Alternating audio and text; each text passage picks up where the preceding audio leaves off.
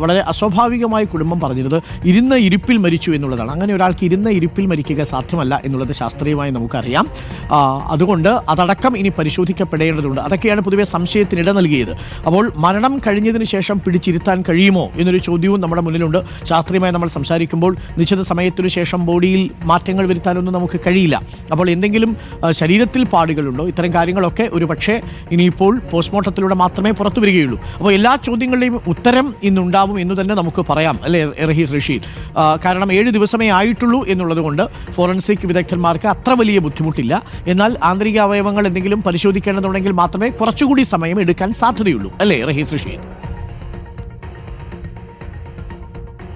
Yes Arun, അതിനകത്ത് പലതരത്തിലുള്ള അവരുടെ മൊഴികളിൽ മാധ്യമങ്ങളോട് പറഞ്ഞതിൽ, പോലീസിൽ പറഞ്ഞതിലെല്ലാം ഇപ്പോൾ അരുൺ ചൂണ്ടിക്കാട്ടിയ പ്രശ്നങ്ങളുണ്ട്. കാരണം ആദ്യ ദിവസം നമ്മളിവിടെ വരുമ്പോൾ രാജസേനൻ പറയുന്നത് അമ്മയോട് അച്ഛൻ 3 ദിവസത്തിനകം ഞാൻ സമാധിയാകുമെന്ന് അമ്മയോട് പറഞ്ഞിരുന്നു എന്നതാണ് രാജസേനൻ ആദ്യം നമ്മളോട് പറഞ്ഞത്.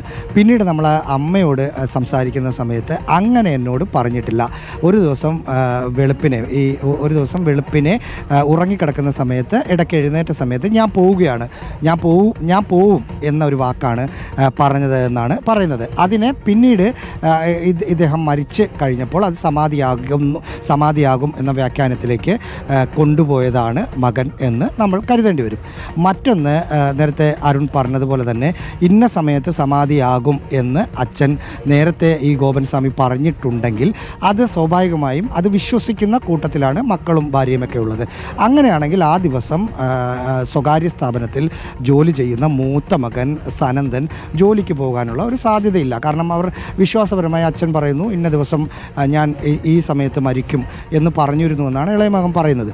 അങ്ങനെയാണെങ്കിൽ ആ സമയത്ത് അച്ഛൻ മരിക്കും എന്ന് പറയുന്നത് ഏറ്റവും പ്രധാനപ്പെട്ട കാര്യം അതാണ്. അതായത് നേരത്തെ ഈ അച്ഛൻ്റെ മരണം മുൻകൂട്ടി പ്രവചിച്ചിരുന്നു എന്നത് വളരെ ഗൗരവമായ ആ കുടുംബം എടുത്തിരുന്നെങ്കിൽ മൂത്ത മകൻ സനന്ദൻ ജോലിക്ക് പോകുമോ എന്നൊരു ചോദ്യം വളരെ പ്രസക്തമാണ്, ന്യായമായൊരു ചോദ്യമാണ്.